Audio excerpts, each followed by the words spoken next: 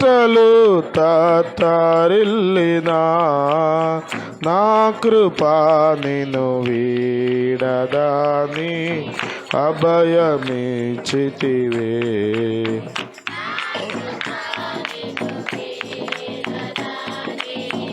అభయమిచ్చితివే శాశ్వతమైనది నీవు నాయడ చూపిన కృపా. అనుక్షణం నన్ను కను పాపవలే కాచిన కృపా. అనుక్షణం నన్ను కను పాపవలే కాచిన కృపా. శాశ్వతమైనది నీవు నాయడ చూపిన కృపా. హల్లెలూయా, హల్లెలూయా. దేవుని పరిశుద్ధ నామమునకు మహిమ కలుగును గాక. మహాదేవుడు లోకరక్షకుడునైన యేసుక్రీస్తు వారి శ్రేష్టమైన నామంలో కూడి వచ్చిన మీ అందరికీ వందనాలు. ఈ కూడికను ఏర్పాటు చేసుకున్న శ్రీను గారు వారి కుటుంబీకులకు ప్రత్యేకమైన వందనాలు. దేవుడు అందరినీ ఆశీర్వదించునుగాక. ఆమేన్, హల్లెలూయా. లూకాసు వార్త 15వ అధ్యాయం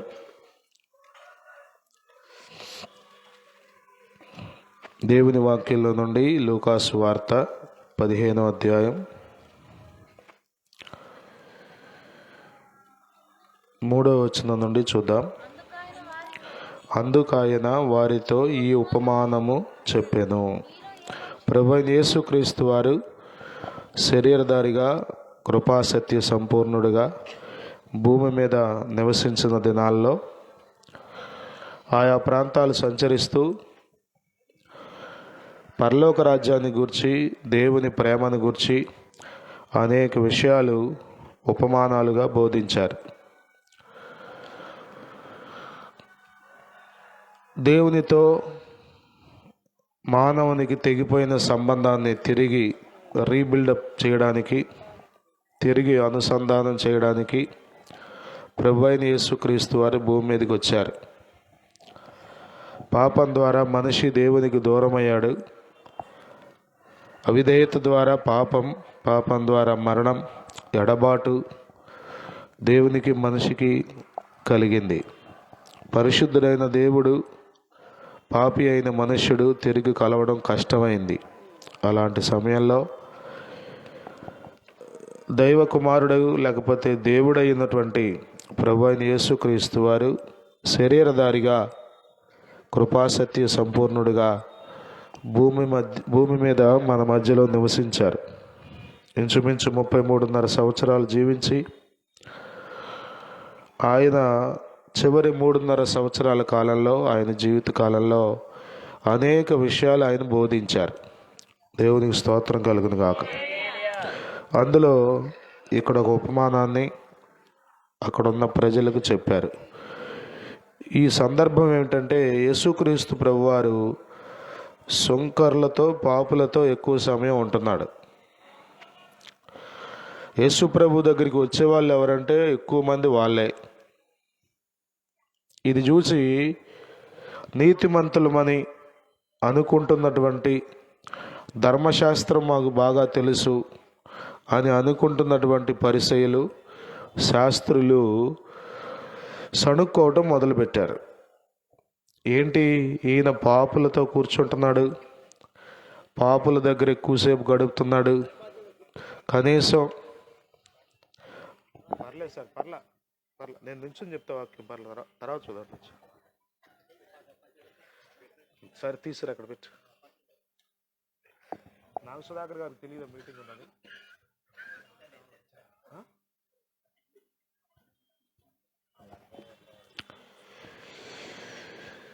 కాబట్టి అలా సణుక్కుంటున్న ప్రజలను చూసి యేసు ప్రభు వారు ఈ ఉపమానం చెప్పారు. సహజంగా మనిషికి ఉన్నటువంటి బలహీనత ఏంటంటే, నేను తప్ప అందరూ పాపులే అని. ఏ మనిషి అయినా సరే, పాపుల లిస్ట్ రాస్తున్నామండి, మీ పేరు ఉందా రాయమంటారా అంటే ఏమంటారు మీరు? ఓటర్ లిస్ట్ రాస్తున్నామంటే రాపించుకుంటారు, కానీ రేషన్ కార్డు లేని వాళ్ళు పేర్లు రాస్తున్నామంటే రాపించుకుంటారు, కానీ కాజగ్రామంలో ఉన్న పాపుల లిస్ట్ రాస్తున్నామండి, మీ ఇంట్లో ఎవరైనా ఉన్నారా అని అడిగారు అనుకోండి, ఏం చెప్తారు మీ ఇంటికి వచ్చి? పాపులా, మా ఇంట్లోనా అని చెప్తాం మనం కదా. ఒప్పుకోం మనం మనం మనం అలాంటి వాళ్ళం. ఎవరు ఒప్పుకోరు. స్టువర్ట్పురంలో సుధాకర్ గారని, ఆయన సాక్ష్యం మీరు వినే ఉంటారు. ఆయన భయంకరమైన గజ దొంగ. స్టువర్ట్పురం అంటే పేరు తెలుసుగా, దొంగలకు కేర్ ఆఫ్ అడ్రస్. స్టువర్ట్పురం భయంకరమైన గజ దొంగ. అతడు పోలీసుల చేతికి చిక్కాడు. ఏ రోజైనా చిక్కాల్సిందే కదా. చాలామంది అనుకుంటారు పాపం చేసి ఎవరికి కనబడకుండా చాలా తెలివిగా ప్రవర్తించవచ్చని. సుకన్య చెప్పింది ఈరోజు, కొండపల్లి దగ్గర ఒక పాశ్రమ గారిని సొంత కూతురు చంపేసింది. ఎస్తేరమ్మ గారని. ఏంటి కారణం అంటే ఏమీ లేదు, కూతురు దుర్మార్గంగా ప్రవర్తిస్తుంది. ఒక దైవజనరాలుగా తట్టుకోలేక చాలా విషయాలు బోధించింది. అమ్మా, ఇది మంచిది కాదు, ఇలా చేయమాకు, మనం దేవుని పిల్లలో, నేను దేవుని సేవ చేస్తాను, మనం ఆరాధించే దేవుడు పరిశుద్ధుడైన దేవుడు అని చెప్పింది. భర్త వదిలి వెళ్ళిపోయాడు, ఇంకొక పురుషుడితో సహజీవనం చేస్తుంది కాబట్టి ఆమె చెప్పాల్సినంత చెప్పింది, తట్టుకోలేక చంపేసింది. పాపం చేసేవానికి ఎలా ఉంటుందంటే, నువ్వు పాపం చేస్తున్నావంటే తట్టుకోలేడు. నువ్వు చేసేది తప్పు, నువ్వు మాట్లాడేది తప్పు, నీ నడక తప్పు అని ఇలా చెప్తున్నావు అనుకోండి, చాలా కష్టంగా ఉంటుంది. సరే, నేను ఇటు వస్తున్నాను. మనము పాపులము అని గ్రహించడం అంత తేలికైన విషయం కాదు. చంద్రమండలం మీదకి ఎక్కుతున్నాం, సముద్ర దిగాంతంలోనికి వెళ్ళిపోతున్నాం, సముద్రపు లోతు కనుక్కుంటున్నాం, పర్వతాల ఎత్తు కనుక్కుంటున్నాం, సూర్యుడికి భూమికి మధ్య ఉన్న దూరం తెలుసుకుంటున్నాం, నక్షత్రాలు ఎంత గొప్పవో, పాలపంతలో ఎన్ని నక్షత్రాలు ఉన్నాయో, సైన్స్ అండ్ టెక్నాలజీగా పరంగా మనం ఎంతో అభివృద్ధి చెందుతున్నాం. అయితే ఒక విచారించవలసిన సంగతి ఏంటంటే, మన హృదయం లోతు మనకు తెలియట్లా, మన స్వభావం ఏంటో మనకు అర్థం కావట్లా. అన్నీ తెలుసు, అంతా తెలుసు అనుకుంటున్న మనం మన గురించి మనం తెలుసుకోలేకపోతున్నాం. నేను భూమి మీద ఎందుకు పుట్టాను, నా జన్మకు కారణం ఏంటి, ఈ సృష్టిని ఎవరు కలుగజేశారు, ఈ ఈ ఈ యొక్క ఈ సృష్టిని ఎవరు నడిపిస్తున్నారు.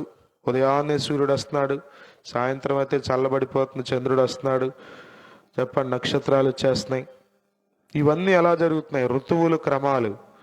దీన్ని ఎవరు నడిపిస్తున్నారు? దీన్ని నిర్వహించేది ఎవరు? ఉదాహరణకి మీరు ఉదయం లేచిన వెంటనే మీకు బెడ్ కాఫీ వస్తుంది అనుకోండి మీ మంచం దగ్గరికి, దానంతా అది వచ్చేసిందా? రాలా. దాన్ని ఏర్పాటు చేసిన వాళ్ళు మీ గృహిణి, నీ భార్యో, నీ తల్లో, నీ కుమార్తె ఎవరో ఏర్పాటు చేసి నీ దగ్గరికి జాగ్రత్తగా తీసుకొచ్చేస్తున్నారు కాబట్టి వచ్చింది. మరి గమనించండి, ఈ సృష్టి అంతటిని ఎవరు నడిపిస్తున్నారు? సృష్టికర్త ఎవరు? సృష్టి స్థితిలయ కారకుడు ఆయన, ప్రభు అయిన యేసుక్రీస్తు. దేవుడు, ఆయన రాజులకు రాజు, ప్రభువులకు ప్రభువు, దేవాతి దేవుడు, సర్వశక్తిమంతుడు. ఆయన మనలను ప్రేమించి భూమి మీదకి వచ్చాడు. ఎందుకు ఆయన దగ్గరికి పాపులు వస్తున్నారంటే ఆయన ప్రేమను బట్టి వస్తున్నారు. దేవుని స్తోత్రం, హల్లెలూయా. అర్థమవుతుందా మీకు? మీరు ప్రేమతో మాట్లాడే వాళ్ళైతే, ప్రేమతో స్పందించే వాళ్ళైతే మీ దగ్గరికి ప్రజలు వస్తారు.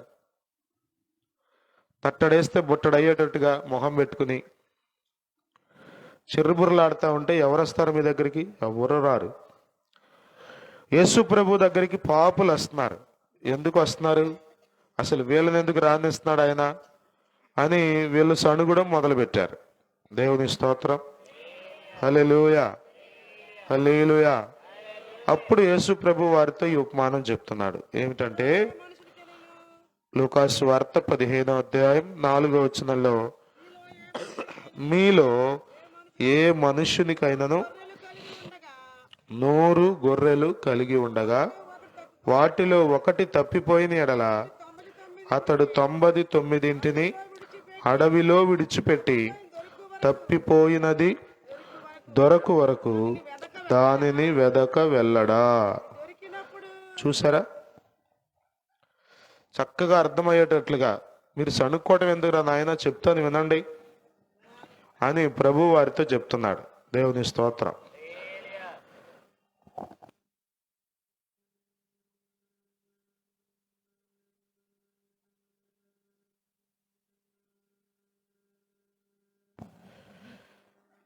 ఒక మనుష్యునికి 100 గొర్రెలు ఉన్నాయంట. 100 అంటే 100. ఒక మనుష్యునికి 100 గొర్రెలు ఉన్నాయి. ఏం జరిగింది అంటే ఒక గొర్రె తప్పిపోయింది. ఈ సిచ్యువేషన్ మీరు ఒకసారి ఊహించండి. గొర్రెల కాపర్లకు తెలుస్తుంది గొర్రెలను మేపడం ఎంత కష్టమో, గొర్రెలను కాయడం ఎంత కష్టమో. చెవులు నట్టుంటాయి కానీ పెద్దగా పని చేయవు అన్నట్టుగా ఉంటాయి గొర్రెల పరిస్థితి. తలకాయలో మెదడుంటుంది కదా. తిన్నారు ఇప్పుడు తల మాంసం? అట్ట చూస్తున్నారంటే తలకాయ మాంసం. మెదడుంటుందా? ఉంటుంది కానీ బుర్ర ఉండదు దానికి. అడ్డం దిడ్డంగా పరిగెత్తాయి కదా గొర్రెలు. చెప్పండి, ఒక గొర్రె దగ్గర మీరు ఊరికి కర్ర పెట్టండి, అది దూకుద్ది. రెండో గొర్రెకి అట్లాగే ఉంచండి, దూకుద్ది. మూడో గొర్రెకి తీసేయండి, చెప్పండి, అక్కడ కర్ర లేకపోయినా కానీ ఏమి బుర్ర. The most stupid animal in the world is sheep అన్నారు. పెచ్చది ఏదైనా ఉందంటే గొర్రె. అది అవివేకమైంది, అంతగా తెలివి లేనిది గొర్రె. దేవుడు ఇక్కడ ఉపమానం చెప్తుంది. ఒక మనుష్యునికి 100 గొర్రెలు ఉన్నాయి, ఒకటి తప్పిపోయింది. ఎట్లా తప్పిపోయిందంటారు? ఎట్లా తప్పిపోయిందంటారు? చెప్పండి. మీకు అర్థం అవడం కోసం పిల్లలే ఉన్నారు మనతో పాటు బీచ్కో లేకపోతే ఇంకో చోటుకో ఎగ్జిబిషన్కో గుడారాల పండక్కో ఇంకో పెద్ద పెద్ద మీటింగ్లుగా తీసుకెళ్ళామనుకోండి, ఏం జరుగుద్ది చెప్పండి? బోర చూడగానే, ఐస్ క్రీమ్ బండి కనబడగానే, పాప్కార్న్ బండి కనబడగానే చెప్పండి, మన పట్టుకున్న చెయ్యొదిలేసి మెల్లగా మెల్లగా వెళ్ళిపోతారు. మనం ఏదో పనిలో ఉంటాం, మర్చిపోతాం. చెప్పండి, సాయంత్రం అయ్యా గుర్తొస్తుంది, ఆటోలో పిల్లోడు కనబడ్డా.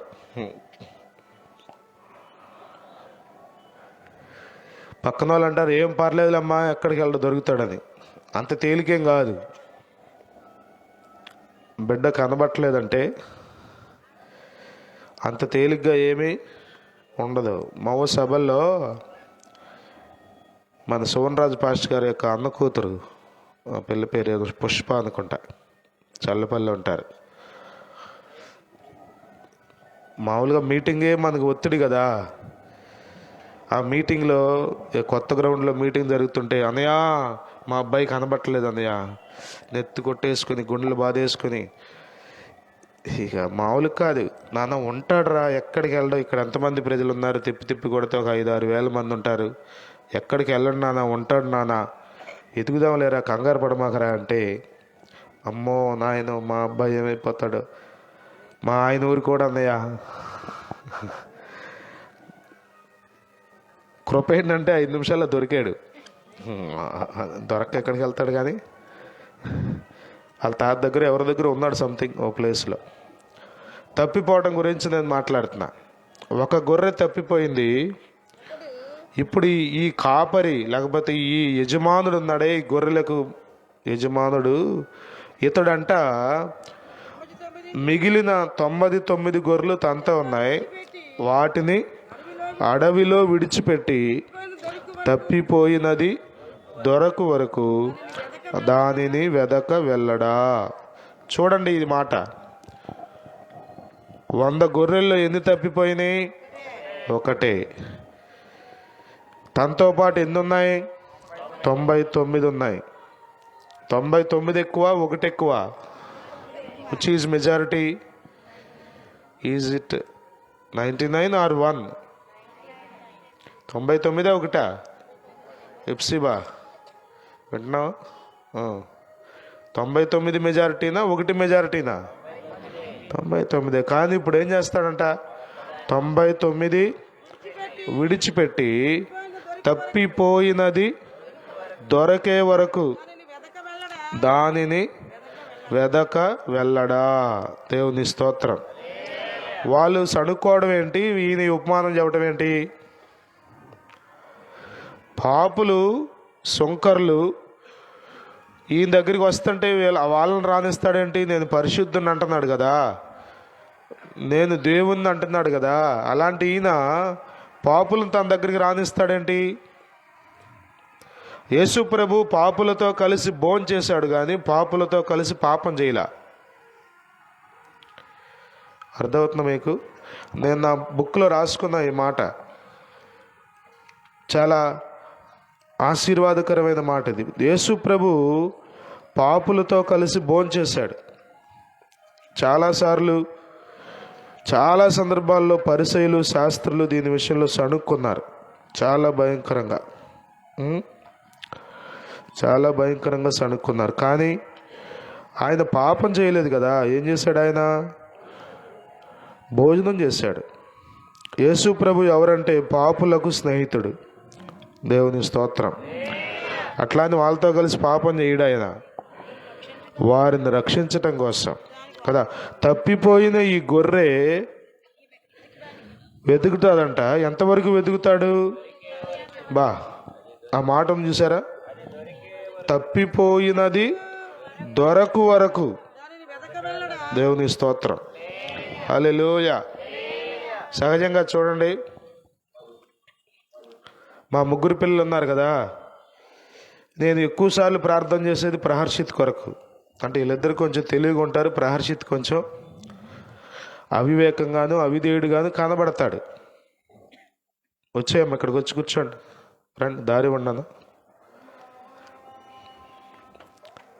మొన్న కన్వెన్షన్కి వెళ్ళి కూడా నేను చేయి పెట్టి ప్రార్థన చేసే తల మీద, ప్రభువా విధేయత కలిగిన హృదయం ఇవ్వా అని. తల్లుల్ని మీరు అడగండి, తండ్రులను అడగండి, మీరు వాళ్ళు ఏం చెప్తారు తెలుసా? అందరి గురించి నాకు పెద్ద టెన్షన్ లేదు, కానీ చిన్నోడి గురించేదండి, ఆడి కోసం ప్రార్థన చేయండి. అందరూ బాగానే ఉన్నారు, కానీ ఆ పెద్ద పిల్లేదండి, ఎవరి గురించి నాకు పెద్ద చింత లేదు, కానీ ఇదిగో ఆ పెద్దోడి గురించేదండి. ఏంటిది? మిగిలిన వారు పిల్లలే, వాళ్ళు విధేయులుగా ఉన్నారు, లోబడి ఉన్నారు, క్రమంలో ఉన్నారు, పద్ధతిలో ఉన్నారు, బాధ్యతాయుతంగా ఉన్నారు. కాబట్టి వాళ్ళ గురించి పెద్దగా చింతించాం కదా. 2 పిల్లలు పెళ్ళి అయిపోయింది, మూడో పిల్ల పెళ్ళి అవ్వట్లేదు అనుకోండి, మీ ఆలోచన అంతా దేని గురించి? మీ ఉపవాసాలు దేని గురించి? మీ ప్రార్థనలు దేని గురించి? అయ్యా, ఇద్దరిది పెళ్ళి అయిపోయింది, వాళ్ళు చక్కగా వాళ్ళు బతుకుతున్నారు, కానీ ఈ చిన్న పిల్లయ్యా అవ్వట్లేదు నాయన, కృపచూపు నాయన, సహాయం చేయి ప్రభువా. అర్థమవుతుందా? నేను చిన్నపిల్లవాడిగా ఉన్నప్పుడు బాగా అల్లరి చేసేవాడిని.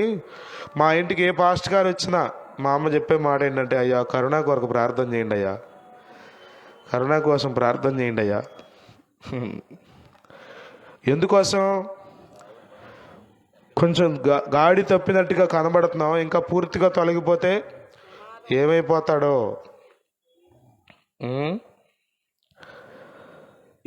ఇందులో ఏం కనబడుతుంది మనకి? కొద్దిమంది దాసేస్తారు, చెప్పరు. కొడుకు దారి తప్పినా కానీ ప్రార్థన చేయమని చెప్పరు. దాన్ని ప్రేమ అనరు, పాడు చేయటం అంటారు. ఇప్పుడు తప్పిపోయింది, లెక్క పెడుతుంటే 99 వస్తున్నాయి, 100 ఉన్నాయి, అన్నీ బాగానే ఉన్నాయి అని సరిపెట్టుకుని వెళ్ళిపోతాడు ఆ కాపరి. వెళ్ళిపోతే కాపరి ఎట్లా అవుతాడు? 99 ఉన్నాయి కానీ ఒకటి తప్పిపోయింది. ఏ కంపల్లో ఉందో, లేకపోతే ఎలుగుబంటి దగ్గర ఉందో, ఏ పొదల్లో చిక్కుకుపోయిందో చెప్పండి. కేకలేస్తూ ఉండుంటుంది. 100 మందిలో ఉన్న దారి వేరుగా, ఒక్కటైపోయిన దారి వేరుగా కదా. ఆడపిల్లలు చూడండి, తల్లిదండ్రుల దగ్గర పెరుగుతారు. అమ్మ పెళ్లి సంబంధం వచ్చింది, చేద్దాం అనుకుందాం అనుకోండి, ఏమంటారు ఇక? నేను నీకు అడ్డమైపోయానా, నేను నీకు బరువు అయిపోయానా, ఎన్ని మాటలు వస్తాయో. ఎందుకని? ఇప్పుడు దాకా అమ్మ నాన్నతో హాయిగా ఉన్నాను, అక్కడికి వెళ్ళాలి, ఏమైపోతుందో నా పరిస్థితి అని. నేను మీకు ఏం జ్ఞాపకం చేస్తున్నా అంటే, ఒంటరిగా ఉండటమే మజాయం కాదు. అక్కడ ఏదో ఉందని వెళ్ళింది, కానీ ఇప్పుడు ఒంటరి అయిపోయింది. అది పడే వేదన అది పడుతుంది. తప్పించేవారు లేరు, తిరిగి మందలో కలిపేవారు లేరు, ఎదురు చూస్తుంది, కేకలేస్తుందేమో. కానీ ఇక్కడ కాపరి మనుష్యుడు ఉన్నాడే, ఈ యజమానుడు, ఇతడు కూడా ఆరాటపడుతున్నాడు. దేనికోసం అంటే ఆ తప్పిపోయిన గొర్రె కోసం. దేవుని స్తోత్రం, హల్లెలూయా. యెషయా గ్రంథం 53వ అధ్యాయం 6వ వచనం చెప్తుంది బైబిల్లో, మనమందరము గొర్రెల వలె త్రోవ తప్పిపోతమే, మనలో ప్రతి వాడును తనకిష్టమైన త్రోవకు తొలిగెను. మనమందరము అన్న మాటను మనం జాగ్రత్తగా గుర్తుపెట్టుకోవాలి. అందరి సంగతి నాకు ఎందుకంటే, నేను మాత్రం తప్పలేదు అనుకోమాకండి. అర్థమవుతుంది? ప్రియ దేవుని బిడ్డలారా, మనమందరము త్రోవ తప్పిన గొర్రెలం. దేవుని స్తోత్రం, హల్లెలూయా కదా. రాణమ్మ గారు పాడతారుగా, త్రోవ తప్పిన గొర్రెను నేను,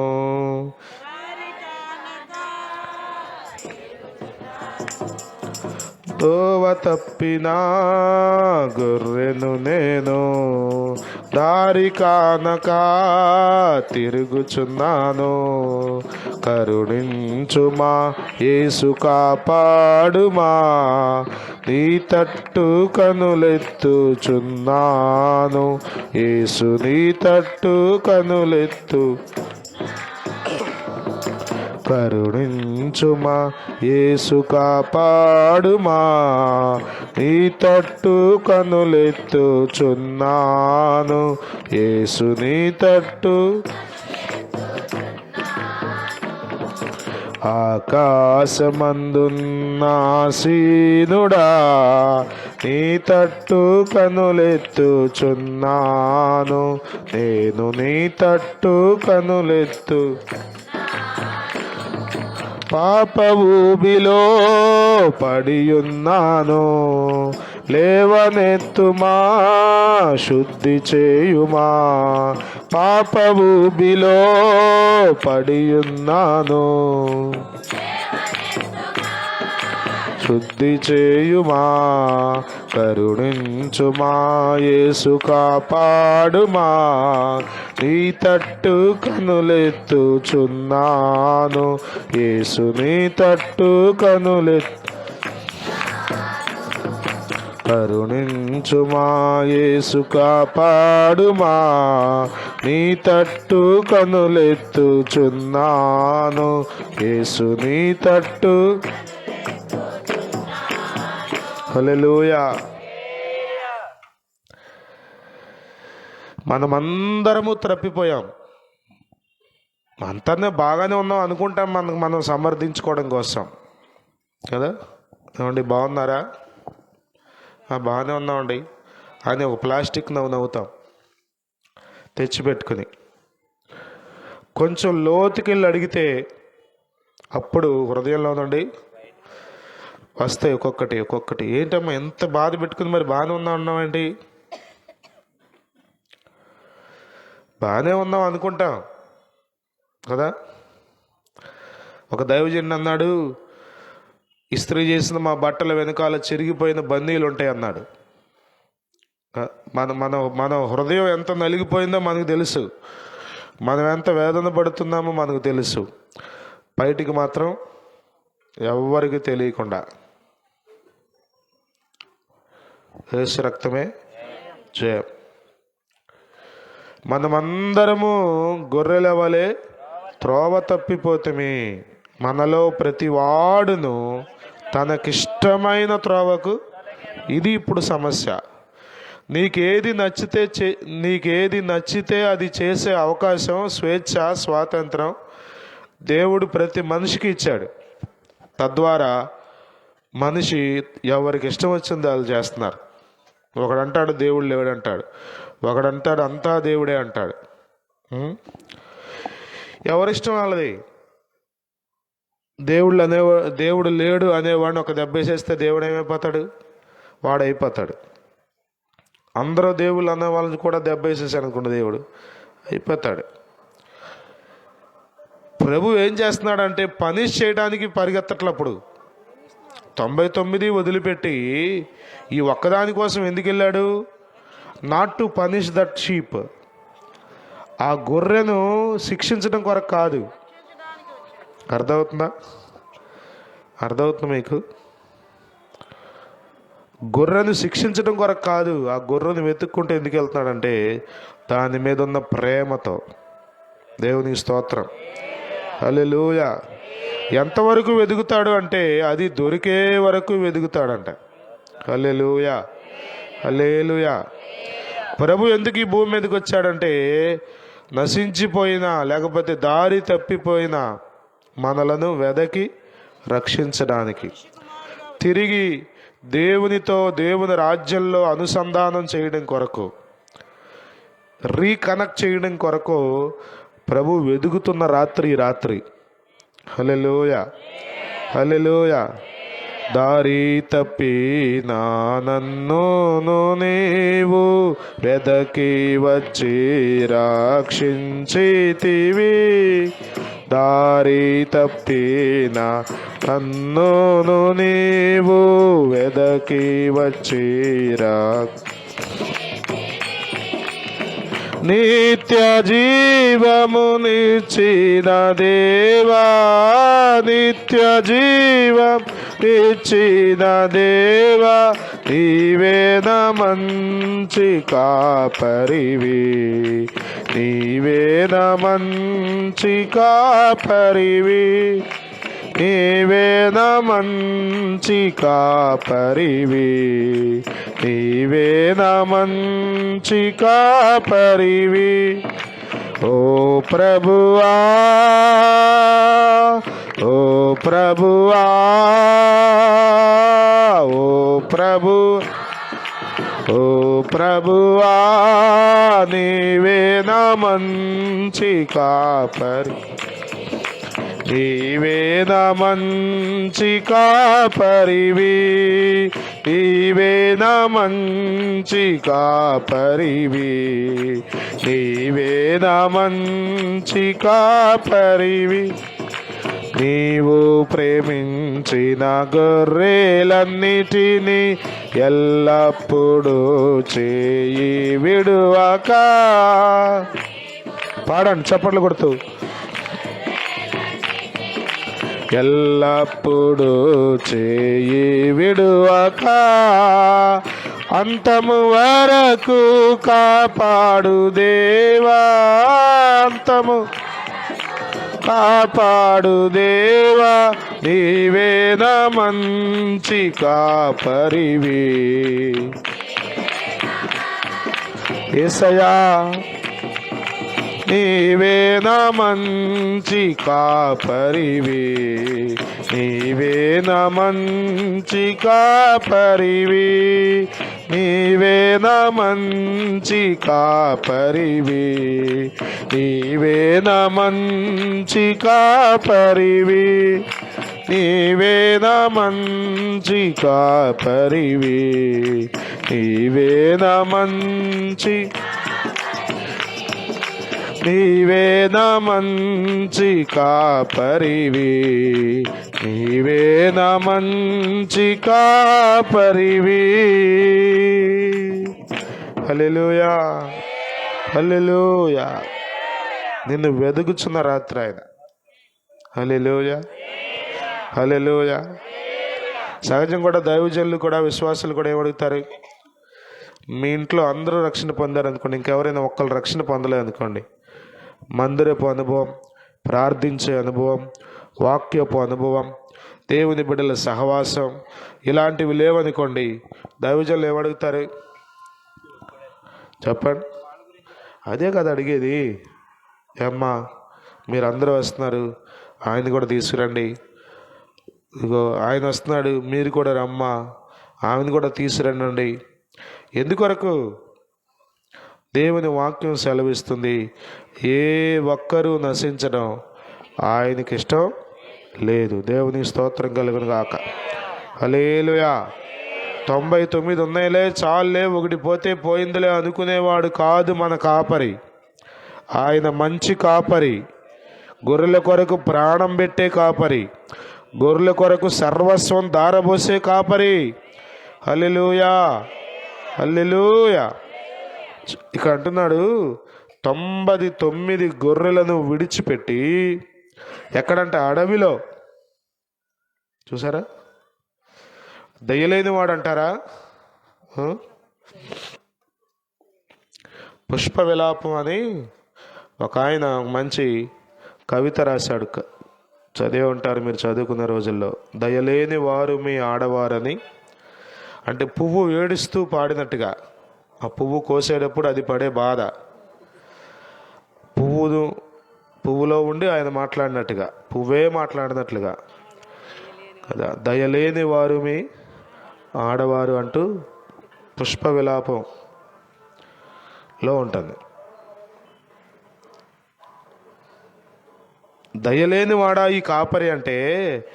దయలేనివాడు కాదు, 99 ఉన్నాయిలే అని సరిపెట్టుకునేవాడు కాదు, ఆ తప్పిపోయిన ఒక్కటి కూడా కలవాలని. దేవుని స్తోత్రం, హల్లెలూయా.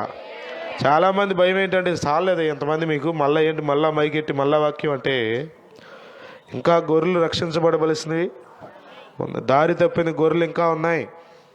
దేవుని స్తోత్రం. ప్రార్థన ఎప్పటి వరకు చేస్తామంటే కాజగ్రామ రక్షణ పొందేంత వరకు చేస్తూనే ఉంటాం. హల్లెలూయా. దీని వెనకున్న కారణం ఏంటంటే, ఇది దేవుని ప్రేమ, ఇది మనుషులకు అర్థం కాదు. ఇది అక్కడున్న శాస్త్రులకు, పరిసయ్యులకు వాళ్ళకి అర్థం కావట్లా. ఏంటి, పాపులతో కూర్చుంటాడు. డాక్టర్ గారు ఎప్పుడు ఎవరితో ఉంటాడు? పేషెంట్లతోనే ఉంటాడు. అంతేనా? ఎవరితో ఉంటాడు? డాక్టర్ గారి దగ్గర ఎవరు ఉంటారండి ఇప్పుడు చెప్పండి? ఆరోగ్యం బాగున్న వాళ్ళందరూ డాక్టర్ గారి దగ్గరికి వెళ్తారా? డాక్టర్తో పనే ఉంది అసలు? వైద్యుడు ఎవరి కొరకు? రోగుల కొరకే. అలాగే ప్రభువు దేవుడు ఎవరి కొరకు అంటే పాపుల కొరకు. దేవుడు నీతిమంతుల కొరకు రాలేదు. మరి నీతిమంతుల కొరకు రాకపోతే మరి ఎవరి కోసం వచ్చాడండి? ఆయన పాపులను పిలవడానికి వచ్చాడు. దేవుని స్తోత్రం, హల్లెలూయా, హల్లెలూయా. దూరస్థులమైన మనలను దగ్గర చేయడానికి, దేవునికి సమీపస్తులుగా చేయడం కొరకు ప్రభు వచ్చాడు. ఆయన దేవుడు అదే సమయంలో మనుష్య కుమారుడుగా వచ్చి తండ్రితో తిరిగి అనుసంధానం చేయడం కొరకు, లేకపోతే మందలో నుండి తప్పిపోయిన మనలను తిరిగి మందలో చేర్చడం కొరకు ఆయన వచ్చాడు. దేవునికి స్తోత్రం, హల్లెలూయా. అంటున్నాడు, దానిని వెదక వెళ్ళడా. 5వ వచనంలో, అది దొరికినప్పుడు సంతోషముతో దానిని తన భుజముల మీద వేసుకొని ఇంటికి వచ్చి తన స్నేహితులను, పొరుగువారిని పిలిచి, మీరు నాతో కూడా సంతోషించుడి. చూసారా? దొరికిన తర్వాత అంటే ఏం చేస్తాడు? కాళ్ళంటే కొడతాడా? కాళ్ళంటే కొడతాడా? మీలో గేదెలు పెంచిన అనుభవం ఉంటే, గేదె తప్పిపోయిన అనుభవం ఉంటే మీకు తెలుస్తుంది ఈ స్టోరీ అంతా ఎట్లాంటిదో.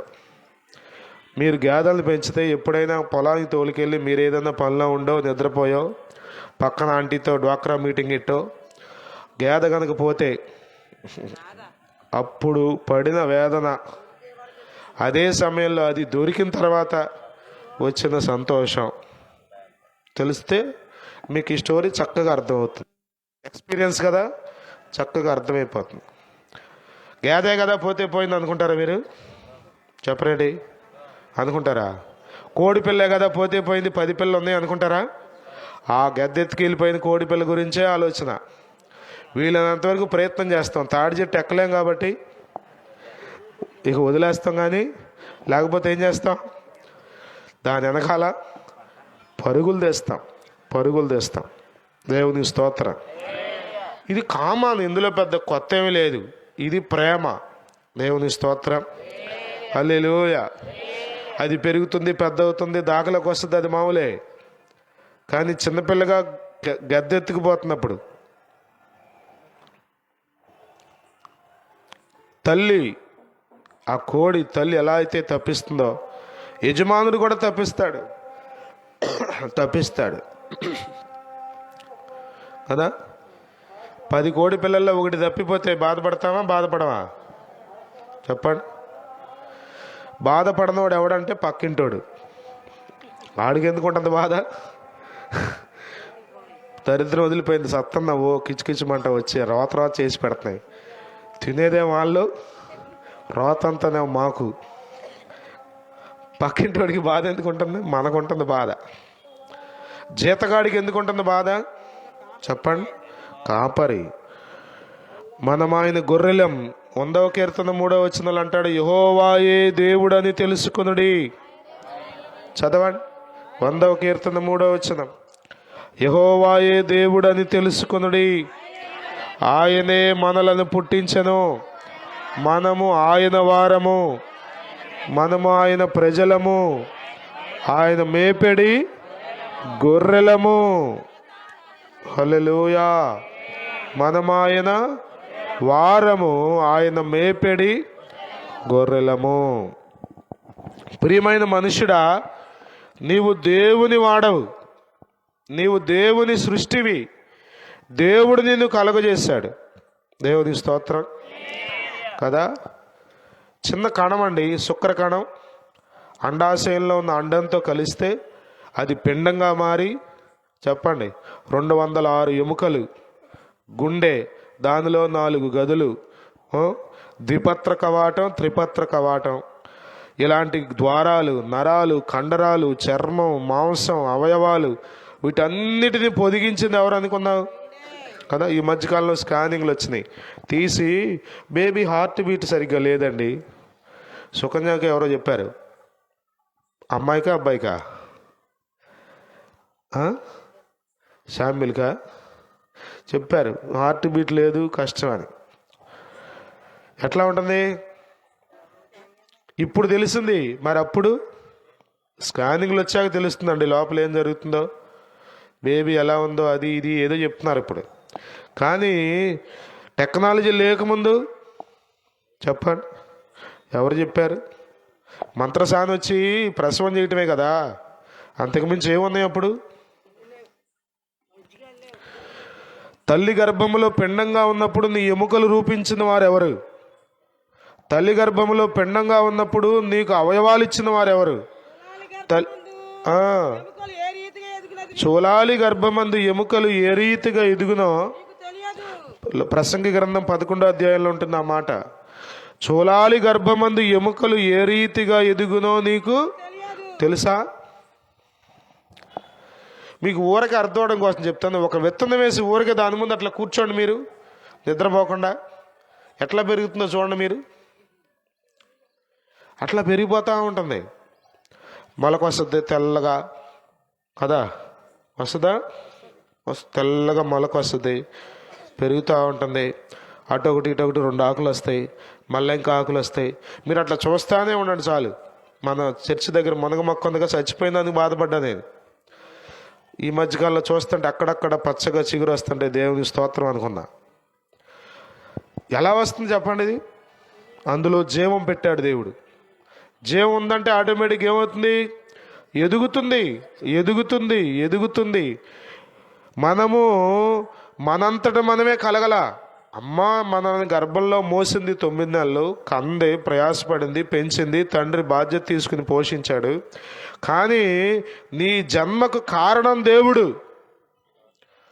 నీవు ఆయనకు సంబంధించిన వ్యక్తివి, నీవు ఆయన వాడవు, ఆయన దానవు. ఇది నువ్వు నమ్మినా నమ్మకపోయినా నువ్వు అంగీకరించినా అంగీకరించకపోయినా. అర్థమవుతుందా? ఇది నిజం, ఇది నిజం, ఇది నిజం.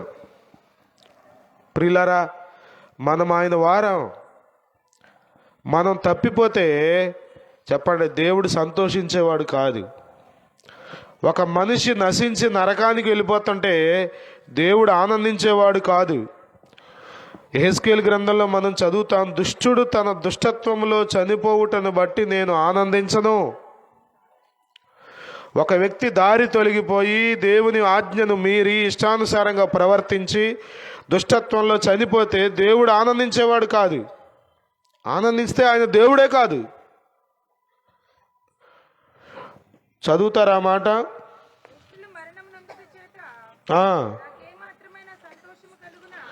వచనం చెప్తారా? యెహెజ్కేలు గ్రంథం 18వ అధ్యాయం 32వ వచనం చదవండి, చాలు, ముగించుకుందాం. మరణము నొందువాడు మరణము నొందుటను బట్టి నేను సంతోషించువాడను కాను. కావున మీరు మనస్సు త్రిప్పుకొనుడి, అప్పుడు మీరు బ్రతుకుదురు. ఇదే ప్రభువగు యెహోవా ఒక అధ్యాయం అంతా మీరు చదివితే అర్థమవుతుంది. దుష్టులు మరణము నొందుట చేత నాకేమాత్రమైనా. మనుషులు మనం అనుకుంటాం కదా, ఊళ్ళో ఎవడైనా పాపిష్టి పనులు చేసేవాడు చనిపోయాడు అనుకోండి, ఏమనుకుంటారు? ఊరికి సగం దరిద్రం పోయిందమ్మ, ఈ వాడకట్లో సగం దరిద్రం పోయింది అనుకుంటాం. మనం పాపులం అయ్యుండి, మనం బలహీనులం అయ్యుండి, మనలో అతిక్రమాలు ఉండి కూడా మనకంటే భయంకరంగా ప్రవర్తిస్తాం, వాడిని చూసి పోయాడు దరిద్రం, అది వదిలిపోయింది అనుకుంటాం. కానీ మనలను సృష్టించిన సృష్టికర్త ఉన్నాడే, ఆయనకంట ఒక వ్యక్తి తన పాపంలోనే ఉండి దేవుణ్ణి ఎరగకుండా, దేవుని దగ్గరికి రాకుండా, దేవుడిచ్చే నిత్య జీవపు అనుభవాల్లో ఉండకుండా చనిపోతే ఆయన ఆనందించడంట, ఆయనకు సంతోషం కలగదంట. ఎప్పుడు సంతోషం అంటే, చదువుతారా? అదే అధ్యాయంలో ఉంటుంది ఆ మాట.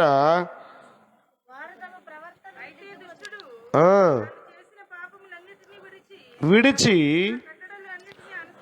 అనుసరించి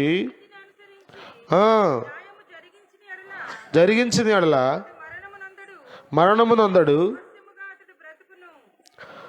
23వ వచనం చూడండి, 2వ భాగం. వారు తమ ప్రవర్తనను దిద్దుకొని బ్రతుకుటయే నాకు సంతోషము. ఏది దేవునికి సంతోషం చెప్పండి? అది బ్రతకడమే సంతోషం. అర్ధంతరంగా చచ్చిపోవాలని దేవుడు కోరుకోవట్లా. అర్ధంతరంగా చనిపోయి నరకంలో పడిపోవాలని దేవుడు కోరుకోవట్లా. కోరుకునేవాడైతే ఆయన సశరీరుడిగా భూమి మీదకి వచ్చి ఆ కలువరి సిలువలో చనిపోవాల్సిన అవసరమేమీ లేదు. యేసయ్య సిలువ మరణం చాలామందికి అర్థం కావట్లా. నీవు పొందవలసిన మరణాన్ని, నీవు పొందవలసిన శిక్షను ఆయన పొందడానికి వచ్చాడు. అందుకే ఆయన ఆ భయంకరమైన సిలువలో ఆకాశానికి భూమికి మధ్యలో వేలాడి చనిపోయాడు. నీవు బ్రతకడం కోసం ఆయన చనిపోయాడు. నీవు దరిద్రతలో నుండి బయటకు వచ్చి ధనవంతుడు అవడం కోసం ఆయన దరిద్రుడిగా మారాడు. నీకు రక్షణ వస్త్రం ఇవ్వడం కోసం ఆయన వస్త్రహీనుడుగా మారాడు. నీకు ప్రాణం ఇవ్వడం కోసం ఆయన తన ప్రాణాన్ని పోగొట్టుకున్నాడు. నీ బ్రతుకు బాగు చేయడం కోసం ఆయన అవమానం పొందాడు. నీ నిందలన్నీ కొట్టివేయడం కోసం ఆయన నిందను భరించాడు. నీ శరీరంతో నువ్వు చేసిన పాపానికి తగిన శిక్ష నువ్వు పొందవలసి ఉండగా శిక్ష అంతా ఆయన మోసాడు. తప్పిపోయింది ఎవరు చెప్పండి? గొర్రె. వెతికేది ఎవరు చెప్పండి? వెదగడం తేలికేనా చెప్పండి? వెదగటం కొన్నిసార్లు భలే చెప్తారు, అరే నాయన మర్చిపోయినట్టున్నాను డైరీ చూడండి అంటే ఏం చెప్తారు తెలుసు? ఊరికాట తిరిగి వచ్చేస్తారు. లేదు పాస్టర్ గారు అండి, చూడండి రా నాయన, కనబడలేదు పాస్టర్ గారు, మొత్తం ఎత్తికేసానండి. మనం వెళ్తే అక్కడే ఉంటుంది అది. ఆడికేం పోయింది? ఆడి బాధ ఉండదుగా. శ్రద్ధతో వెదకడాడు, బాధతో వెదకడు కదా. ఆ బాధ మనకు తెలుసు. కాపురు ఎలా వెతుకుంటాడంటారు? వెతకడం ఏమంత ఈజీ ఏమి కాదు. దొరికేంత వరకు స్ట్రగ్లింగే, దొరికేంత వరకు టెన్షనే, వేదనే కదా. యేసు ప్రభు స్వేదరంధ్రాల్లో నుంచి చెమట కాదంట, రక్తం వచ్చిందంట. అంత ఒత్తిడికి గురయ్యాడు ఆయన నిన్ను నన్ను రక్షించడం కోసం. దారి తప్పిన నిన్ను తిరిగి దారిలో తేవడం కోసం, తిరిగి దేవునితో కలవడం కోసం, దైవరాజ్యంలోనికి నిన్ను చేర్చడం కోసం ఆయన స్వేదరంధ్రాల్లో నుంచి చెమట రక్తంగా వచ్చిందంట.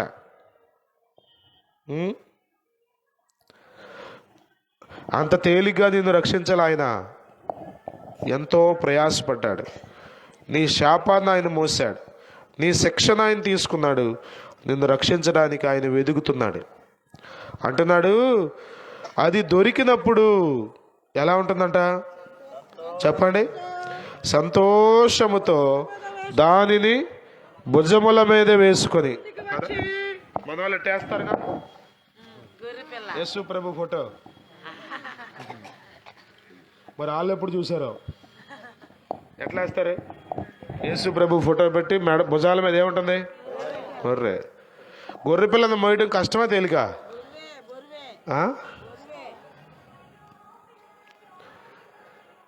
మోసేవాడికి తెలుస్తుంది బరువో కష్టమో. అర్థమవుతుందా? నాకు కూడా చాలా విషయాలు నా మ్యారేజ్ అయిన తర్వాత తెలిసినాయి. జెన్నీ ప్రెగ్నెంట్గా ఉన్నప్పుడు పడుకోవడానికి అవస్థ పడుతుంటే అర్థమైంది, ఓహో గర్భంలో శిశువును మోయడం అంత తేలికేమి కాదు. పడక కుదరదు, నిద్ర పట్టదు.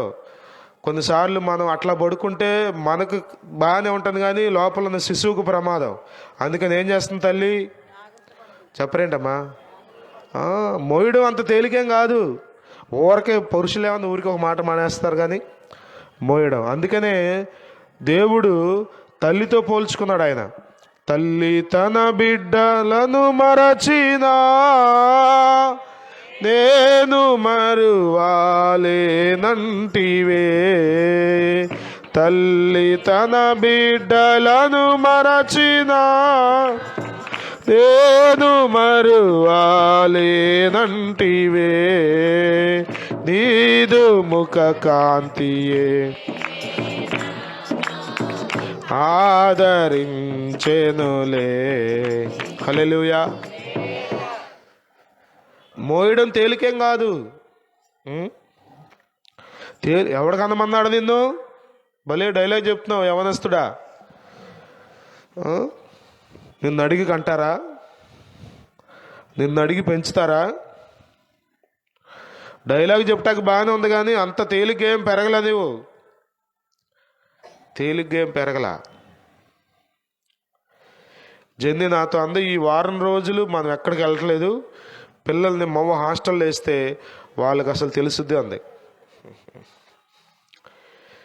కష్టం అంటే ఏంటి, ఆకలి అంటే ఏంటి, బాధ అంటే ఏంటి, బట్టలు ఎలా వచ్చినాయి, ఉతుక్కున్న బట్టలు ఎట్లా వేసుకుంటున్నాం మనం, ప్లేట్లో భోజనం ఎట్లా వస్తుంది, అన్నీ తెలుస్తాయి. ఈ వారం రోజులు హాస్టల్ వేద్దామంది. నేనే వద్దన్నా. కాదులే,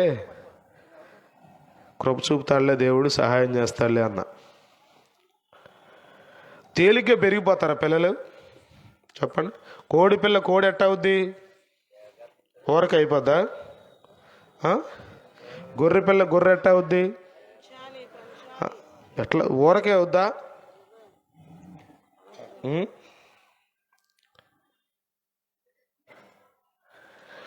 ఆశ్చర్యం నాకు అసలు. నిజంగా కాపరైతే కోడి పుంజునట్ట వదులుతాడు దాన్ని కత్తి కట్టి వదులుతాడు చెప్పండి? కాపరి కాదు, ప్రేమ లేదు. అది అది అది ఎగిరెగిరి తంతుంటే, కత్తులు దిగుతుంటే వీడు ఆనందిస్తాడు. కాపరి స్వభావమేనా అది? దొంగతనమును హత్యను నాశనమును చేయుటకు వచ్చును గాని మరి దేనికిని రాడు. నేను గొర్రెలకు జీవము కలుగుటకును అది సమృద్ధిగా కలుగుటకును వచ్చాను అన్నాడు ప్రభువైన యేసుక్రీస్తు. దేవునికి స్తోత్రం కలుగును గాక. నేను ముగిస్తున్నాను. ప్రభు అంటున్నాడు, ఇదిగో అది దొరికినప్పుడు దానిని భుజముల మీద వేసుకొని హల్లెలూయా హల్లెలూయా. నీవే నా తండ్రివై నా బాధ్యతను భరించితివే, పక్షిరాజువై నీ రెక్కలపై మోసితివే, నీవే నా తండ్రివై నా బాధ్యతను యెహోవా నిన్నే మహిమ పరచెదా స్తుతి గీతాలతో స్తుతి గీతాలతో యెహోవా నిన్నే మహిమ పరచెదా స్తుతి గీతాలతో స్తుతి గీతాలతో అత్యున్నత సింహాసనముపై ఆసీనుడా దేవదూతలు ఆరాధించు పరిశుద్ధుడా యేసయ్యా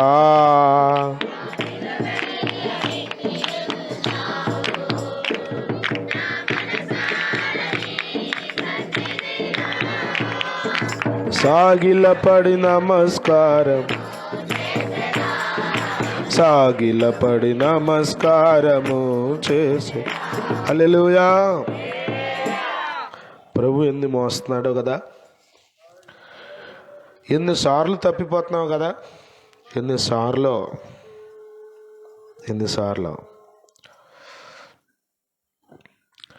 ప్రభు విడిచిపెట్టడండి. పోతే పోయిందిలే అనుకునేవాడు కాడు దేవుడు. దేవుని స్తోత్రం. దేవుని కృప వలన మన దేశంలో ఒక్కొక్క ప్రాంతంలోనికి సువార్త వెళ్తుంది. ఎందుకో తెలుసా? ఈ సువార్త నిన్ను వెతుక్కుంటూ నీ ఇంటికి, నీ వీధికి, నీ ప్రాంతానికి వచ్చింది తెలుసా? ఆయన నిన్ను ప్రేమిస్తున్నాడు కాబట్టి. నీవు అట్లా చనిపోవడం దేవునికి ఇష్టం లేదు. నువ్వు అట్లాగే నీ యొక్క ఇష్టమైన త్రోవలో తిరగడం దేవునికి ఇష్టం లేదు. నువ్వు తిరిగి మందలో చేర్చబడాలి. నీవు తిరిగి సహవాసంలో చేర్చబడాలి. నీవు పోగొట్టుకున్నటువంటి ఆ తండ్రి కుమారుల సంబంధాన్ని తిరిగి కలిగి ఉండాలి, నీవు పొందుకోవాలి. అందుకొరకు తండ్రి వెదుగుతూ వస్తున్నాడు, కాపరి వెదుగుతూ వస్తున్నాడు, మనుష్యుడు వెదుగుతున్నాడు. దొరికినప్పుడు అంట చెప్పండి, మనమైతే ఏం చేస్తాం? కొద్దిమంది పిల్లలు దొరకగానే బాధేస్తూ ఉంటారు. ఇక బుద్ధి లేదోడా ఎట్లా వెళ్ళిపోతావు, ఇంకోసారి వెళ్తావా, టపా తర్వాత ముందు ఆ టెన్షన్ అంతా ఇప్పుడు కోపం వచ్చేసేసి బాధ వదిలిపెడతారు. కానీ ఈ కాపరి అన్నాడే, ఈయన మంచి కాపరి. స్తోత్రం. హల్లెలూయా హల్లెలూయా కదా. చక్కగా భుజాల మీద వేసుకుందంట, సంతోషంతో వస్తాడంట. ఎట్లా ఉంటుందంటారు మొహం? చెప్పండి, ఎంత సంతోషమో. ప్రియమైన దేవుని బిడ్డ, నీవు మారు మనసు పొందితే, నీవు దేవుని వైపు తిరిగితే అందరికంటే ఎక్కువ ఆనందించే దేవుడే. హల్లెలూయా హల్లెలూయా. నీవు మారు మనసు పొందితే నీ కుటుంబం ఆనందిస్తారయ్యా. నీవు దేవుని వైపు తిరిగితే ఏం జరుగుతుందో తెలుసా? నీ కుటుంబం అంతా సంతోషిస్తారు. కొద్దిమంది ఇళ్లలోకి తండ్రి వస్తున్నాడంటే పిల్లలు దాక్కోవడమే. భార్య గడగడ ఉడిగిపోవడమే. అమ్మో వచ్చాడు. ఏం చేస్తాడో, ఏ పగలు కొడతాడో, ఏ రుచి కొడతాడో, ఏం మాట్లాడతాడో, ఎలాంటి బూతులు తిడతాడో, ఎట్లా వస్తాడో. కొద్దిమంది అండి సింహం అవతారంలోకి వస్తారు. ప్రేమతో మీ బిడ్డలు మీకు ఎదురొస్తున్నారు. దారి తప్పిపోయావు నీవు. వ్యర్థమైన దానిలో ఆనందిస్తున్నావు నీవు. లోకభోగాల మీద నీ దృష్టి నిలిపావు. దుష్టత్వంలో ఆనందిస్తున్నావు నీవు. చెడుతనంలో ఆనందిస్తున్నావు నీవు. అది ఎలకాలం ఉండే ఆనందం కాదు. ఏదో ఒక రోజు అర్ధంతరంగా నీ ప్రాణం తీసేస్తుంది. అది నీవు అలా చనిపోకూడదని, నీవు అలా నశించిపోకూడదని, ఇదిగో ఈ కాపరి, మంచి కాపరి వెదుగుతున్నాడంట. హల్లెలూయా. వెదుగుతున్నాడు. అద్భుతం ఏంటంటే దొరికింది అది. ఆ దొరికితే ఏం చేస్తున్నాడంట? సంతోషముతో. అసలు ఆ మాట ఏంటంటే చదువుతుంటే నాకు ఎంత ఆనందం కలుగుతుందో. సంతోషంతో. ఎట్లా వస్తుంది సంతోషం? తాగితే సంతోషం అనుకున్నావు నీవు. డబ్బులన్నీ ఇష్టానుసారంగా వాడేస్తే సంతోషం అనుకున్నావు నీవు. కాదు. నీ బిడ్డలతో నీ బిడ్డలు నీతో ఉన్నప్పుడు సంతోషం. నీవు నీ బిడ్డలతో కలిసి ఉన్నప్పుడు సంతోషం. మీ మీ మీ పిల్లలు మీరు కలిసి భోజనం బల్ల దగ్గర కూర్చుని భోజనం చేస్తుంటే సంతోషం. అది నిజమైన సంతోషం. నీ ఇంటిల్లపాది ఆనందించేటట్లుగా ప్రభువు చేస్తాడు. నిజమైన సంతోషం నీకు ఇస్తాడాయన, నీకు ఇస్తాడాయన అంటున్నాడు అక్కడ. సంతోషంతో దాన్ని తన భుజముల మీద వేసుకొని ఇంటికి వచ్చి తన స్నేహితులను పొరుగువారిని పిలిచి, మీరు నాతో కూడా సంతోషించుడి, తప్పిపోయిన నా గొర్రె దొరికినదని వారితో చెప్పును కదా. 7వ వచనం చదువుతున్న మాట వలె మారు మనస్సు అక్కరలేని 99 మంది నీతిమంతుల విషయమై కలుగు సంతోషము కంటే మారు మనస్సు పొందు ఒక్క పాపి విషయమై పరలోకమందు సంతోషము ఎక్కువ కలుగును. దేవునికి స్తోత్రం. హల్లెలూయా. పరలోకంలో కూడా ఆనందం హెచ్చు తగ్గులు ఉంటాయి అన్నమాట కదా. పరలోకంలో ఎక్కువ సంతోషం ఎప్పుడు కలుగుద్ది? ఇదిగో ఫలానా కాజలో ఇక్కడ గృహకూటం జరిగింది, వాక్యం విన్నారు, ప్రార్థన చేసుకున్నారు, మారు మనసు పొందారు, ఒక్కళ్ళు కనబడ్డారు అనుకోండి, పరలోకం అంతా ఏమవుద్దంట? సంతోషం, ఎక్కువ సంతోషం. దేవుని స్తోత్రం. హల్లెలూయా, హల్లెలూయా. పరలోకం అంతా నీ కొరకు ఎదురు చూస్తుంది. అయ్యా బాబు, నువ్వు ఎప్పుడు దేవుని వైపు తిరుగుతావో అప్పుడు ఆనందిద్దామని, నువ్వు ఎప్పుడు దేవుని వైపుకి వస్తావో అప్పుడు ఆనందిద్దామని పరలోకమంతా భూలోకం వైపు నీ వైపుకే చూస్తుంది. నువ్వు మారు మనసు పొందుతావని. మారు మనసును తీసుకొచ్చి మన వాళ్ళు ఏం చేశారంటే కన్వర్షన్ అన్నారు, మత మార్పిడి అని చెప్పేశారు. మత మార్పిడి కాదు అసలు. అర్థమవుతుందా? మారు మనసు అంటే నీవు దేనిలో అయితే ఇప్పటి వరకు ఆనందం ఉందామని వెతుక్కుంటూ తిరిగావో ఆ మార్గంలో నుండి తిరిగి దేవుని వైపు తిరగడం, దాన్ని మారు మనస్సు అన్నారు. నీ మనస్సును మార్చుకోవటం, నీ ఆలోచనలను మార్చుకోవటం, నీ హృదయాన్ని మార్చుకోవడం, అది మారు మనస్సు. ఈ మారు మనస్సు పొందిన ఒక్క పాపి విషయమై పరలోకంలో ఎక్కువ సంతోషం. నువ్వు మారితే నీ ఇంటిల్లపాది సంతోషం కదా. త్రాగుబోతులందరూ మారితే వైన్ షాప్ వాడికి సంతోషమేనా? ఊళ్ళో అందరికి ఆరోగ్యంగా ఉంటే డాక్టర్ గారికి సంతోషమేనా? సీజన్లు కదండి ఇప్పుడు మాకు అంటారు డాక్టర్ గారు కదా. అదా సమాధులు పెట్టెలు తయారు చేసేవాడికి ఎప్పుడు ఆనందం? సమాధి పెట్టెలు తయారు చేస్తారు కదా, మున్సిపల్ పార్క్ కదా, ఇది ఆఫీస్ పక్కన రోడ్లో ఉంటారు వాళ్ళు, బందర్లో. వాళ్ళకి ఎప్పుడు సంతోషం చెప్పండి? ఒకడు వచ్చి ఆటోలో వేసుకెళ్తాంటే ఇంకొకటి వచ్చాడు అనుకోండి, ఇవాళ బిజినెస్ బాగుంది, అదే సంతోషం. వాడి బిజినెస్ బాగుంది కాబట్టి. కానీ ఇక్కడ ఎంతమంది చనిపోయారో వాళ్ళ ఇంట్లో ఆనందం ఉంటుందా? ఉండదు. త్రాగుబోతు మారితే ఒకవేళ చెప్పండి వైన్ షాప్ వాడికి దుఃఖం వస్తుందేమో కానీ వాడి బిజినెస్ పోయినందుకు, కానీ పరలోకం సంతోషం. చెప్పండి, త్రాగుబోతు మారితే ఆ ఇంటి అందరికీ చెప్పండి, ఆ వీధిలో వాళ్ళకి సంతోషం ఉండదా? గోడ తప్పిందమ్మా, ఇప్పుడు వస్తాడు, ఇప్పుడు అల్లరి చేస్తాడు, ఆ గోల వెళ్ళలేక చచ్చాం ఇన్ని రోజులు కదా. అయ్యగారు చెప్తా ఉంటారు కదా, తాగినవాడు ఏమైనా బూతులు మాట్లాడకుండా దీవెన మాటలు మాట్లాడతాడా? ప్రభు మిమ్మల్ని దీవించింది కాక అనుకుంటూ వస్తాడా? అమ్మ నిన్ను దీవించింది కాక అనుకుంటూ వస్తాడా? మురికి మాటలే కదా. ఎవరు మార్చగలరు? ప్రభువే మారుస్తాడు. అందుకే ఆయన ఏం చేశాడో తెలుసా? నీ శిక్ష ఆయన మీద వేసుకుని ఆయన తన పరిశుద్ధ రక్తాన్ని చిందించాడు. పేతురు పత్రిక 1వ అధ్యాయం 18వ వచనం అంటాడు, వెండి బంగారముల వంటి క్షయ వస్తువుల చేత మీరు విమోచింపబడలేదు కానీ అమూల్యమును నిష్కలంకమును నిర్దోషమునైన రక్తము చేత, అనగా నిర్దోషమును నిష్కలంకమునైన గొర్రెపిల్ల వంటి క్రీస్తు యేసు రక్తము చేత మీరు విమోచింపబడ్డారు అంటాడు. మిమ్మల్ని విమోచించడానికి, మీకు మారు మనస్సు కలగజేయడానికి, మీరు తిరిగి దేవుని వైపుకు రావడానికి మీ శిక్షనంతా ఆయన భరించాడు. హల్లెలూయా. ఆయన భరించి ఊరుకోట్లా కదా, ఇంకా వెదుగుతున్నాడు, ఇంకా వెదుగుతున్నాడు, ఇంకా వెదుగుతున్నాడు. ఏమని తెలుసా? ఇదిగో నీ శిక్ష అంతా నేను భరించాను నాన్న, నువ్వు శిక్ష పడందవసరలా, నిన్ను నీవు గాయపరుచుకోవసరలా, నువ్వు ఏ రక్తం చిందించవసరలా. నా దగ్గరకు రా, నేను నిన్ను రక్షిస్తా. విమోచన క్రయధనంగా చిందించిన నా రక్తం ద్వారా నిన్ను శుద్ధి చేస్తా, నీ మనసు మారుస్తా, నీ బుద్ధి మారుస్తా, నీ ప్రవర్తన సరిచేస్తా, నీ అలవాట్లు మార్చేస్తా, నీ మాట తీరు మార్చేస్తా. నీ జీవితంలో క్రొత్త మార్పు నువ్వు చూస్తావు, నీతో ఉన్నవాళ్ళు చూస్తారు. నీ మార్పును బట్టి అందరికీ ఆనందం కలుగుతుంది అని దేవుడు ఆశపడుతూ పిలుస్తున్నాడు. ఇది సువార్త, ఇది శుభవార్త, ఇది క్షేమ సమాచారం.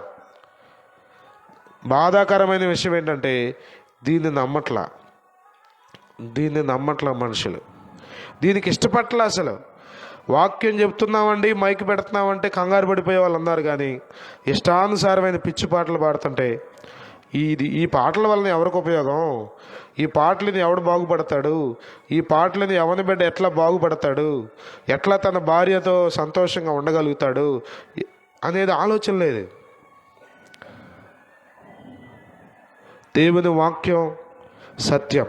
భూమి గతించినా ఆకాశం గతించినా ఆయన మాటలు మారవు. ఈ రాత్రి వర్తమానం ఏంటంటే ప్రభువు నిన్ను ప్రేమిస్తున్నాడు, యేసయ్య నిన్ను ప్రేమిస్తున్నాడు. నిన్ను సృష్టించిన సృష్టికర్త నీ కొరకు ప్రాణం పెట్టి నీవు తప్పిపోతే ఇంకా నిన్ను వెతుకుతూ తిరుగుతున్నాడు. ఈ రాత్రి నీవు ఆయన వైపు తిరిగితే, నీ జీవితాన్ని ఆయన చేతుల్లో పెడితే గొప్ప మార్పు నీలో తెస్తాడు, గొప్ప పరివర్తన నీలో తెస్తాడు. నీ అంతటా నీవు మారలేవు. మనంతటా మనమే మారే లెక్క అయితే ఇంక గొడవ ఎందుకు? మారలేవు. నిన్ను మార్చడం కొరకు, నీ జీవితానికి విలువనివ్వడం కొరకు, నీ జీవితాన్ని సార్థకం చేయడం కొరకు, నీ కుటుంబంలో ఆనందంగా నువ్వు బ్రతికేటట్లుగా చేయడం కొరకు, సంతృప్తితో బ్రతికేటట్లుగా చేయడం కొరకు ప్రభువు నిన్ను వెదుగుతున్న రాత్రి యేసు ప్రభు దగ్గరికి వస్తావా? దేవుని వాక్యంలో రాయబడిన గొప్ప మాట ఏంటి తెలుసా?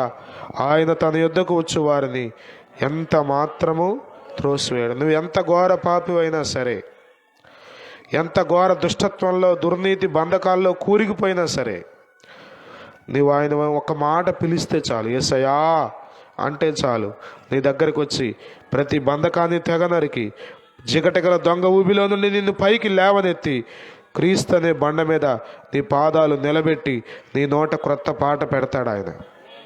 ప్రభు అట్టి కృప నీకు దయచేయను గాక. ప్రభువాని ప్రార్థించడానికి ఇష్టపడు, దేవుని మాటలు నమ్మి విశ్వసించడానికి ఇష్టపడి నీ జీవితం ఎలా మారుతుందో, నీ జీవితం ద్వారా ఎవరికి ఎంత సంతోషం కలుగుతుందో నువ్వే చూస్తావు. చిన్న ప్రార్థన చేసుకుందాం. ప్రేమ